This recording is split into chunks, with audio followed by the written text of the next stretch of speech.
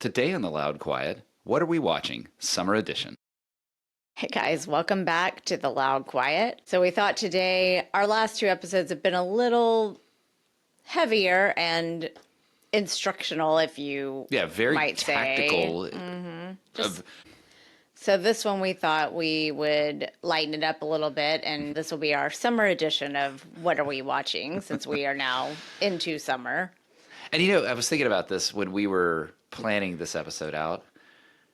It used to be that TV had a season. It was sort of the September through April, September through May kind of thing. And then summer was the doldrums.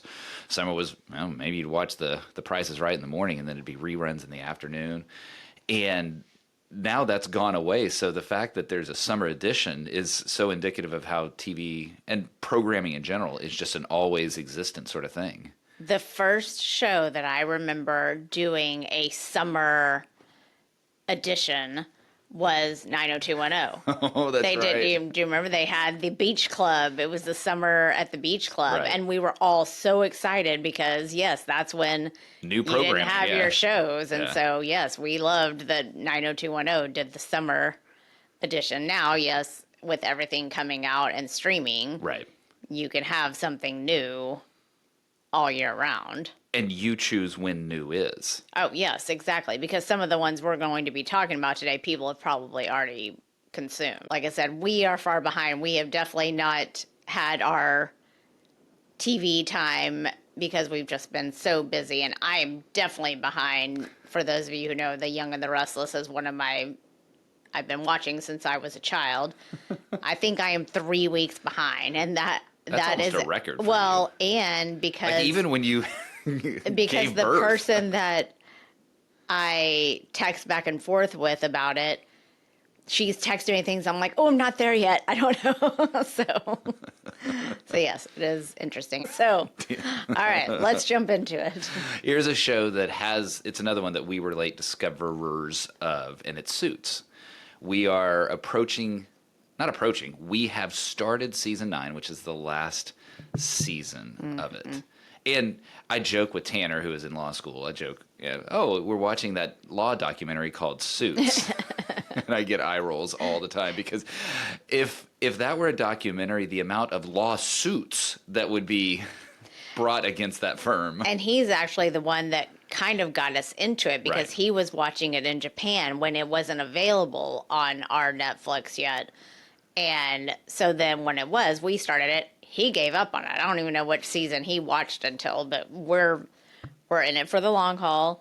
I will say this is not a hate watch like some of our other shows have been, but the writing is not great. It has is gotten not. progressively worse as the seasons have gone on. Yeah, people worry about will AI take over, the creative writing aspect. I feel like this is a place that AI might have enhanced some of the later seasons of Suits. And They're just going back to the same well on a lot of things, and we know that it's season 9, so we're going to finish it.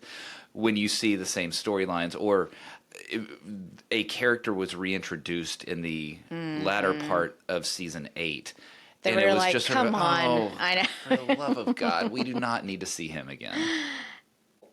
My friend Ashley and I say, 3 seasons. 3 seasons, cut it off. Because we have all of these now things that are coming out that continue to add a season because people are still watching. They don't know when to wrap it up. Whereas when I watched ER, that ran for probably 10 seasons. Somewhere around there, yeah. And it was good because that's when there weren't as many options out there and it wasn't just flooded. Right. So, and that's when we think about it, that's the only one that's sort of if you think back to old TV days, are 1-hour shows. The rest of these are the shorter ones. And so we have tended to keep one 1-hour show in our active watching list. The rest are a little more either fun or shorter, more snackable, if you will. Suits is on Netflix for those of you who might want to watch it. And yes, there are 9 seasons. Okay, the next one is Studio, which is on Apple. And again, some of you may have already finished this. This is a Seth Rogen production. He also stars in it Studio is is. the idea of a person who has become the head of a studio out in Los Angeles, out in Hollywood. And we historically might have ascribed sort of a glamour to that role and what that looks like. This is sort of a little bit of inside business, a little bit peeling back the curtain. I'm sure it is clearly over dramatized. I don't think that's a word. Dramatized? Yeah, it is. Dramatized. All Yeah. right, well, we'll go with that. For entertainment, which makes sense. What I've really enjoyed about the show is, and we've only watched 3 episodes. I loved the second one, and I'm not revealing anything with this. It was titled Oneer, and that is an industry concept of where you film an entire scene, extended scene, as a one-take shot. And while we looked it up, and it turns out this one was actually done in 4 takes across 4 evenings, it gave you the energy that the camera never cut once. If you saw the movie 1917, it was done in a very similar style, and it just keeps you engaged with what is both dramatic and action and entertaining and also highly comedic moments. And suddenly, at the end of the half hour, oh my gosh, it's over. Now you're exhausted. Yes, because this show, if you watched Bear, it's very similar in that it is quick, fast paced. You got to keep up. It's very tension filled at certain points. Great actors, lots of cameos. Yeah. It's been enjoyable. Ron Howard to was watch. in the last one, Yes. right? That we watched.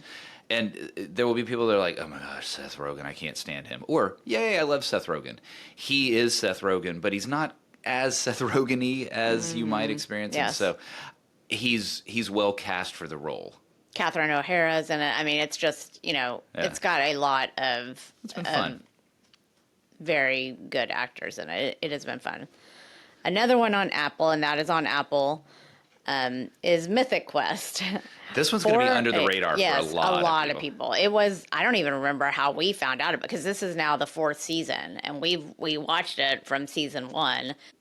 We were late to start. Yes, because they did a whole season, or the end of one season was COVID, and they were all in It was a Zoom very powerful boxes. episode. I do want to talk about Yes. that one. I think our discovery was just simply we're clicking through, and I'm like, a show about a gaming company. Yeah. And it was Rob McElhaney. If you watched Sunny Sunny, and Philly, and yes. then we'd also kind of dabbled in Wrexham. And probably because we dabbled in that is why the algorithm served it up to us. And it's about a video game development company, and it's almost just sort of office politics-y and just office comedy. There's a great character who is the admin, and she is incredibly aggressive in her admin role. The HR person is hilarious. It's a delightful show. It is not going to win any Emmys. No.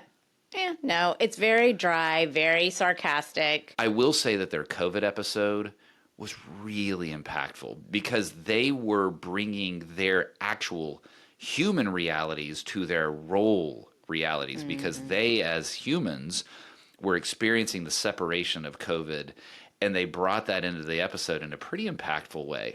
And it does also, not so much this season, but the past seasons, there's really a lot about the game and how they're building the game and that aspect of it. The other night, you're like, hey, let's watch a Mythic Quest. We haven't watched one again. Season 4. Probably should have ended it at 3. But I was like, I'm kind of ho-hum. Well, the one we just watched drew me back in. It was very good. It was a murder mystery episode, and it was good. I think that's it. They can be over silly, and a dash of silly is okay, and then after a while, you and I both fatigue of it. This one went back to good comedy, and there's silly in it, but it wasn't just silly for silly's sake. And it's not gross, because Sunny I had to give up on because it just started getting a little too gross for me. Yeah, they haven't really dabbled in the gross. Yeah. No, it's just slapsticky sometimes. So that's actually a good segue for the next show we're going to talk about. We're going to move away from Apple and over to the Max platform. Righteous Gemstone. Oh, this one just makes me laugh. So season 1 makes me just roll on the floor laugh. Seasons 2 and 3 have its moments. And it's now in season 4. Season 4 is the newest one. It's Danny McBride. So if y'all know Danny McBride It's going and to be that his humor. Yes, Down and Out. I mean, or Eastbound no, and Down. Eastbound. Yes, Eastbound and Down. It is that kind of humor. There is some nudity, lots of male Yeah, nudity. it's not good nudity. No, no, it is not. There's a water skiing scene this season that Needed to be just edited Google it and or you blurred. Can, yeah. Or maybe not Google it, or Google Yeah. it incognito. So Don't put this in your search history. and it can get grody sometimes, but it hasn't pushed me over like some of the others, just because the characters and the way they interact with each other. I mean, it is like quick witted. It's a story of a family who is our mega church people, and John Goodman is the father, and he has stepped aside now in this season, and the siblings have all kind of taken over. I mean, His 3 dysfunctional children are now in charge, and they are some of the Yes. most dysfunctional characters And- that you've seen on TV. yeah, and throw in the crazy uncle, Baby Billy. Baby Billy. If you are on TikTok, you have already seen so many people are doing parodies of quotes and saying, "Oh, I'm Baby Billy," and doing all of his quotes. Or there's one about the character Judy going around now, and it's a lot of moms doing, are there kids allowed here? That's just gross. That's bacteria, and I'm not doing it. And so it's funny. If you're in any way sensitive, it is not for the faint of heart. No, yes. This is not safe for work. If you have a higher degree of morality and you want your TV to reflect that the morality, you will not see that on No. this show. There are plenty of Christians that watch it, and we talk about it, and it's funny. If you can't handle a Jesus joke, this Yes, one's not for you. Exactly. There Now- you go. So that's the next one we're going to talk about is actually a movie that Yeah. was on Max that just came out pretty recently. We were pretty quick to watch this. And this is Mountainhead. Steve Carell, again, great acting. It's by the guy who did Succession. So if you're a Succession fan, I will say, if you can get past the tech bro jargon, it has a plot twist that I was not expecting. It's Yeah. very good. It is definitely, it's very good. It's interesting that you and I came away with that with 2 different perspectives. I felt the plot twist was a little bit ridiculous, but it was still entertaining. What I loved about this movie was it gave us the understanding of how disconnected the tech bro world can be from human reality, and their appetite for manipulating human Yes. reality and their lack of sensitivity to what their impacts cause downstream. And how much control when you watch it, you'll be like, okay, that's supposed to be this person, that's supposed to be Yeah. this person. How much control they actually have if this is, based in any kind of reality. And granted, it's certainly it's a full throttled view of it, and it may be exaggerated. I just don't know how exaggerated it is. Right. And that's what's scary because there were things that, oh, let me call this person. No, we're not going to do that. Let's do this, and you're just going, oh my gosh, you own stock in whatever. You invented some AI tool that is going to help.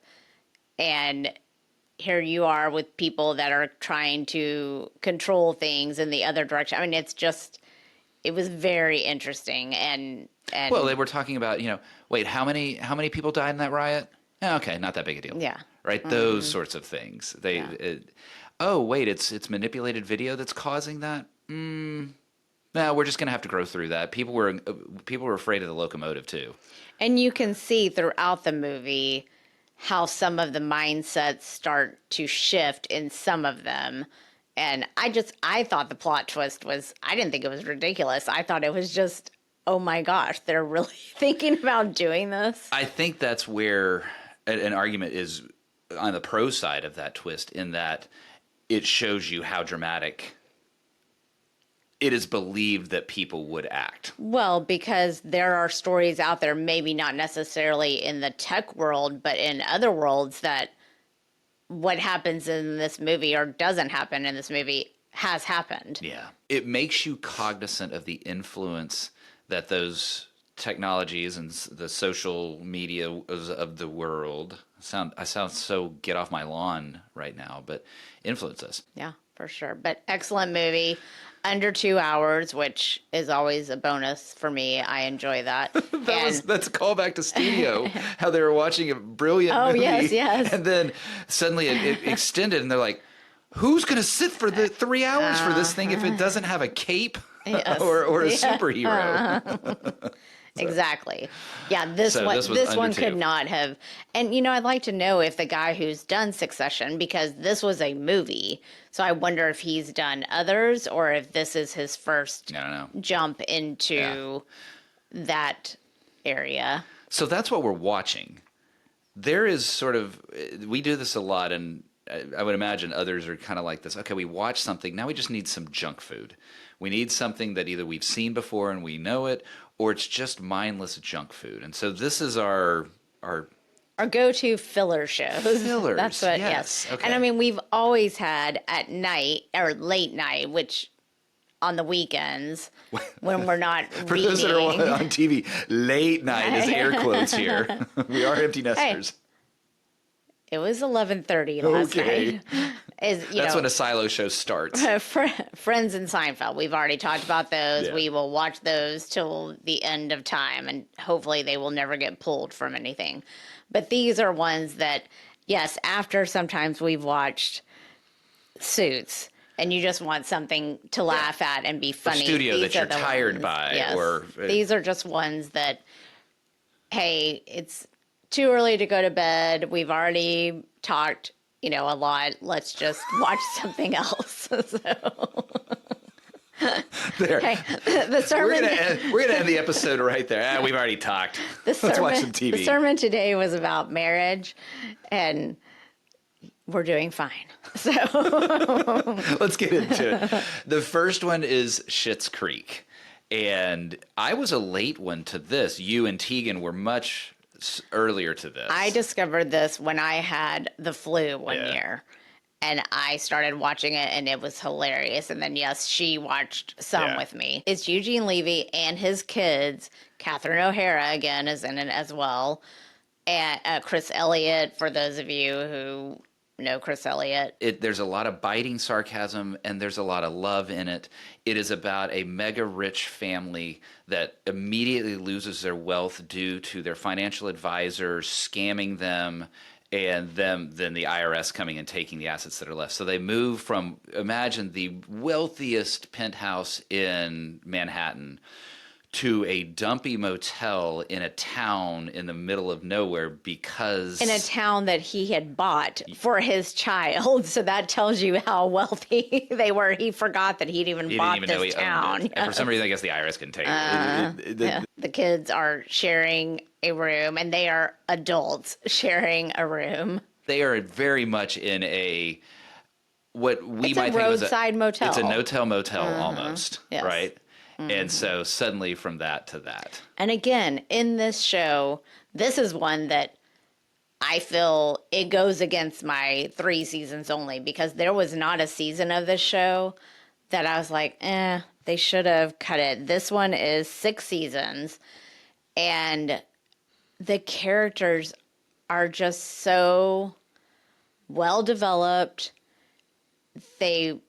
You can tell it is very well written. Yeah. I mean, the writing is just phenomenal. And when they introduce new characters as you get into later seasons, they just do it in a way that it works. They take the time to develop each character that's introduced in the different seasons. So again, just laugh out loud every time. Ignore everything we just said if you don't want to listen to it, and just hear this. We laugh a lot each episode. It is a great filler show. Because they're just so over the top and still trying to live over the top in an environment that does not mesh with that. And so it's just, but again, like you said, the love is there between them and between the town people and them. and it's just funny. It's on Hulu, on Netflix, AP Bio. And it was on regular TV at some point. Lorne Michaels is behind it. 4 seasons. Glenn Howerton, which is also a Sunny in Philly person. I would have never known his name. Is that the actor's name? Yeah. So His name is Glenn? he's the good-looking one in Sunny in Philly. Anyways, AP Bio, he is a... Wait, so you're not talking about Danny DeVito as the good-looking one? Not my type. Somebody's type. Rhea Perlman's type. Not my type. Long, if not marriage, long relationship. I have no idea, but they've been together forever. So anyways, he plays a teacher in high school that has been assigned to AP Bio. He was a Harvard professor and got his tenure ripped from him. I can't even remember why. Something happens at Harvard that forces him out of that Yes. high education institution into teaching AP Bio in Toledo, Ohio. Yes. And if you ever had children that took AP classes, you know how those children are. And we had them, so we're not making fun of them. Well, I guess we are, but we get to make fun of them because we had them. Right, because I have them. He has no interest in teaching AP Bio. All he cares He about... even refuses to. If they open the book, they will fail. He throws their textbooks out. All he wants to do is get revenge on Harvard and this one guy that is the one that took him down. Yeah. So... And because it's filler, we're not going to go into great depth here. It's funny, it's silly. There's episodes that you'll eye roll, but you know what? If you're just kind of half sleepy and you just want something else that you hadn't thought of, it's a good one for that. Also, Patton Oswalt, if you like it, he is in that as well. He plays the principal. Very good. And I will say the kids of the AP Bio class, there are some characters, and they're... Yeah. One in particular that we really like that... I have to pause it after she says her line because I'm snort laughing so hard. And the one we watched last night, she's like, well, my dad takes his whore to the... wherever, some restaurant. And we were like... Wait, what? Did you just say that? She clearly doesn't like your dad's girlfriend. And then she's standing in front of what is obviously, a stylized picture of Jesus. She must not know who Jesus is. And she looks at the AP Bio teacher and says this isn't his home, yeah. Who's this hottie?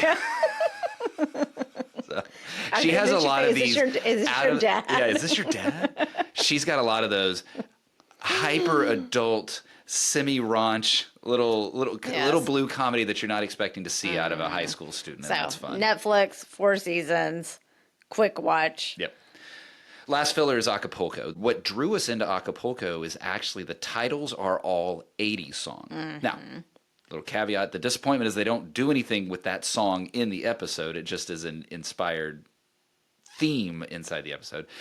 It is about a resort in Acapulco. It's a flashback, but every episode is a flashback. You're in current time, then he's telling a story to his nephew. He's incredibly hyper wealthy now, and he's talking about when he was growing up in Acapulco. Yes. And this sounds like it's deep. It's not overly deep. It does have, you know what it reminds me of? It reminds me a little bit on a very special episode of Blossom, kind of that depth. We love the 80s clothes. They do play a lot of 80s music, and there's always, although I think there were a couple of episodes they forgot about it almost, there's a couple at the resort that is performing 80s songs, but singing it in Spanish, doing crazy 80s choreography that always just makes us kind of chuckle. And it has subtitles. And the story is, we're still getting its. Well, I want to say, I forgot to write down how many. I think it's 4 seasons. It has subtitles when they're speaking Spanish and they're speaking English. It's back and forth. Yeah. And if you do watch it, you will notice between season 2 and 3, one of them totally loses their accent. I don't know what happened to her accent. She used to have a very Latin American accent and it disappeared. But it's interesting, and it is fun to see the 80s inspiration in there. And if you've ever been to a Mexican resort, you'll recognize a lot of the Mexican resort experiences, and you'll laugh along with it from the perspective of the people who are serving at the resort. Because you get the behind the scenes. And, that is true, though. One thing they don't really focus on are the guests. There's been a few When it's the high profile, it's a famous yes, celebrity. when it that sort of plays story. into the story, but really it's not. It's just about the employees and their lives and this guy's life. We still haven't gotten to how he rose to be what he is, but cute. Check it out if you want to, again, on Apple. So those are the ones that we are our go-to fillers. So now we have our list that are in the queue, what we're wanting to watch, but just haven't had the time yet to do it. And you know what? I'll say this. If any of you have actually seen any of the ones that are in the queue, would you actually tell us either directly, send us an email, or go out there on the Loud, Quiet, Empty Nest Living Facebook group and just tell us whether we should watch it or not, because they look good. I'm really excited about it, but I don't want to waste any time either. Yeah. So if you've seen it, tell us what you thought about it. So we have some documentaries in our list, two that are historical ones that we actually lived through the events. One is the Tylenol murders, and then the other is a documentary out there about Osama bin Laden. Everything I've heard about the Osama bin Laden one is if you lived that time, it brings you back into that time, remembering what it was like to live that moment of the attack, and then also the attempts to find him, and then ultimately the success of it. And my understanding is it really gets into the planning of, even though we know the outcome, this is not a mystery, we know what happens, you still are watching it thinking, oh my gosh, is this going to succeed? Are we going to get it? And so it apparently does a great job of that. I barely remember the Tylenol murders. I just I remembered enough to be scared as a kid, or maybe curious is the better word, of, wait, this kind of stuff could happen. And that's why all of these stupid bottles are so hard to open now, because of that knucklehead. Yes. Evil knucklehead, I should add. So those are the two in that kind of genre. Then we always love a good music documentary. So again, both on Netflix. It's Led Zeppelin, and then there's a new ABBA one, which we've seen several on ABBA, but this is a new one. Yes. So, you can always serve me up an ABBA story. Is this the first one on Led Zeppelin, right?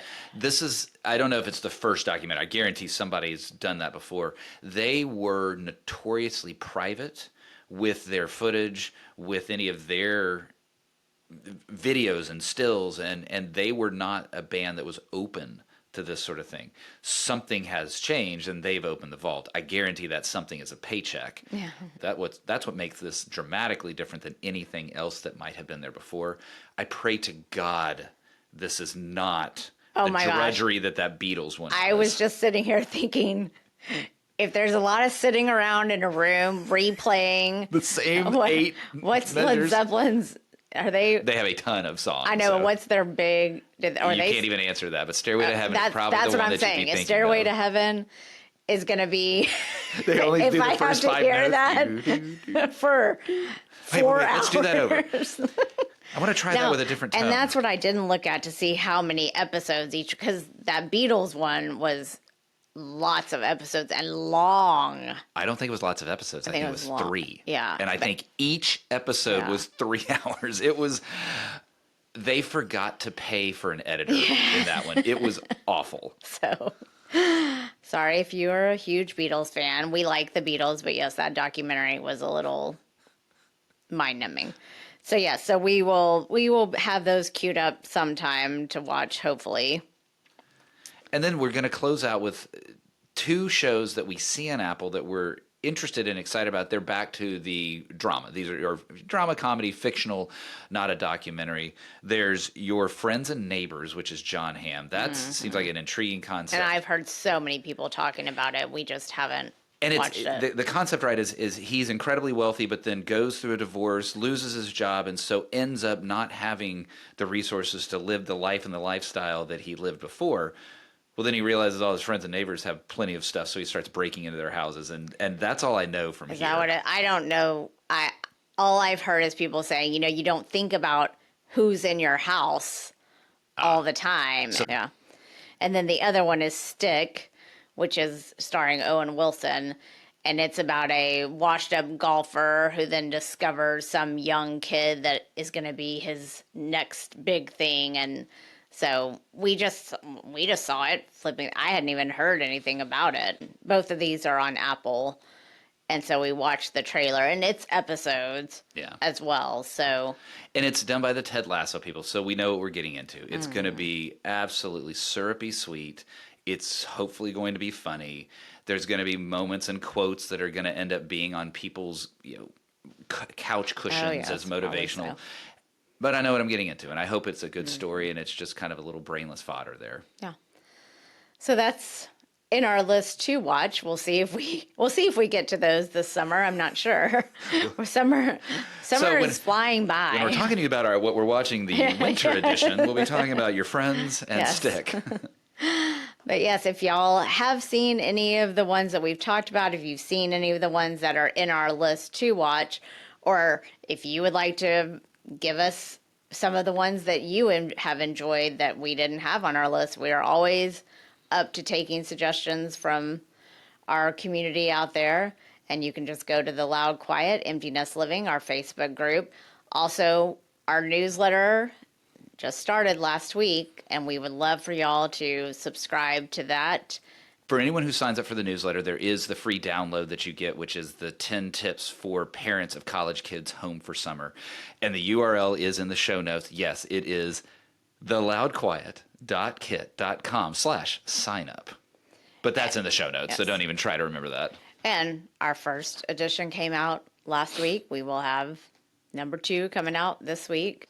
Just another way for us to just try to build this empty nest community that we're really, really passionate about. So thanks again for joining us on another episode of The Loud Quiet.